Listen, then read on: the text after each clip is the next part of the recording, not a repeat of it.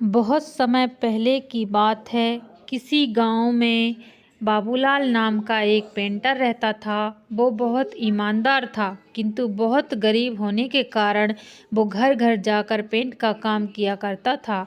उसकी आमदनी बहुत कम थी। बहुत मुश्किल से उसका घर चलता था। पूरा दिन मेहनत करने के बाद भी वो सिर्फ 2 वक्त की रोटी ही जुटा पाता था। वो हमेशा चाहता था कि उसे कोई बड़ा काम मिले जिससे उसकी आमदनी अच्छी हो, पर वो छोटी काम भी बड़े लगन और ईमानदारी से करता था। एक दिन गांव के जमींदार ने बुलाया और कहा, सुनो बाबूलाल, मैंने तुम्हें यहाँ एक बहुत ज़रूरी काम से बुलाया है। क्या तुम वो काम करोगे? बाबूलाल, जी हुजूर, ज़रूर करूँगा। बताइए क्या काम है? जमींदार, मैं चाहता हूँ तुम मेरे नाव पेंट करो और ये काम आज ही हो जाना चाहिए। बाबूलाल, जी हुजूर, ये काम मैं आज ही कर दूंगा।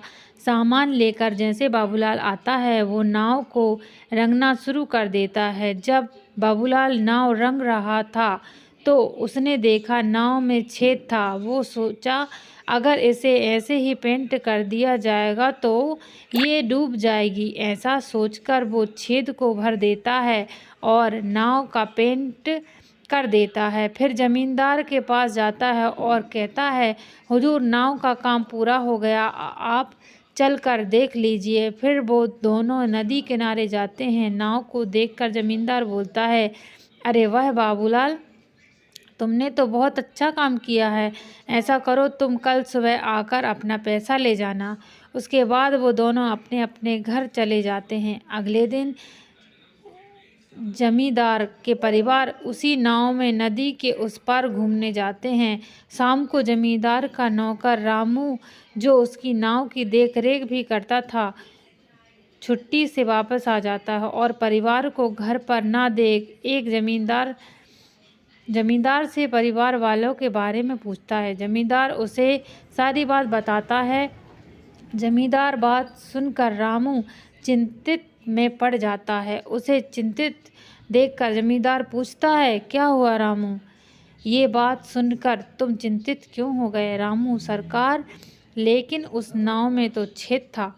रामू की बात सुनकर जमींदार भी चिंतित हो जाता है। तभी उसके परिवार वाले पूरा दिन मौज मस्ती करके घर वापस आ जाते हैं। उसे सकुशल देख उस जमींदार चैन की सांस लेता है। फिर अगले दिन जमींदार बाबूलाल को बुलाता है और कहता है, ए लो बाबूलाल, तुम्हारा मेहनत का पैसा। तुमने बहुत बढ़िया काम किया है, मैं बहुत खुश हूँ। पैसे गिनने के बाद बाबूलाल हैरान हो जाता है, यूं कि वो पैसे ज़्यादा थे। वो जमींदार से कहता है, हुजूर, आपने अपने मुझे गलती से ज़्यादा पैसे दे दिए। जमींदार, नहीं बाबूलाल, ये मैंने तुम्हें गलती से नहीं दिए, ये तुम्हारी मेहनत का ही पैसा है, क्योंकि तुमने बहुत बड़ा काम किया है। तुमने इस नाव की छेद को भर दिया, जिसके बारे में मुझे पता भी नहीं था। अगर तुम चाहते तो उसे ऐसे ही छोड़ सकते थे, पर तुमने ऐसा बिल्कुल नहीं किया, जिसके लिए मेरे परिवार सुरक्षित घर वापस आ गए। दोस्तों, कैसी लगी आपको ये कहानी? हमें कमेंट करके ज़रूर बताइएगा। Thank you.